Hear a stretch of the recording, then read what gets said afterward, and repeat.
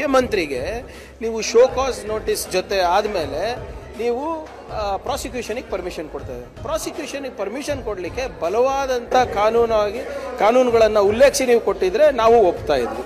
Investigation ನಡೀತಾ ಇದೆ. ಯಾವ ಇನ್ವೆಸ್ಟಿಗೇಷನ್ ಏಜೆನ್ಸಿನೂ ಕೂಡ ಅವರಿಗೆ ಪ್ರಾಸಿಕ್ಯೂಷನಿಗೆ ಪರ್ಮಿಷನ್ ಕೇಳಿಲ್ಲ.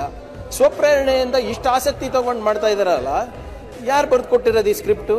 ಮೋದಿ ಅವರು, ಶಾ ಅವರು, ಹೌದಾ? ಇಲ್ಲ. ತಮಿಳ್ನಾಡುನಲ್ಲಿ ನೋಡಿದ್ದೀವಿ, ಕೇರಳನಲ್ಲಿ ನೋಡಿದ್ದೀವಿ, ವೆಸ್ಟ್ ಬೆಂಗಾಲಲ್ಲಿ ನೋಡಿದ್ದೀವಿ, ಮಹಾರಾಷ್ಟ್ರದಲ್ಲಿ ನೋಡಿದ್ದೀವಿ.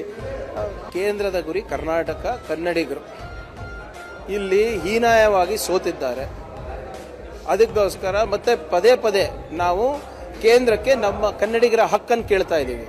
ಮೇಕೆದಾಟದಿರ್ಬೋದು, ನಮ್ಮ ತೆರಿಗೆ ನಮ್ಮ ಹಕ್ಕದಿರ್ಬೋದು, ಮತ್ತು ಬರದ ವಿಚಾರದಲ್ಲಿ ನಾವು ಸುಪ್ರೀಂ ಕೋರ್ಟ್ ಮೆಟ್ಟಲು ಹತ್ತಬೇಕಾಗಿತ್ತು.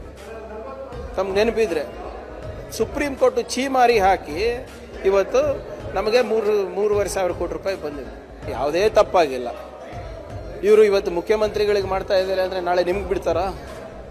ಆಮೇಲೆ ಏನು ಕಾರಣ ಏನಿದೆ? At least there should be some legal sanctity to it ಅಲ್ವಾ?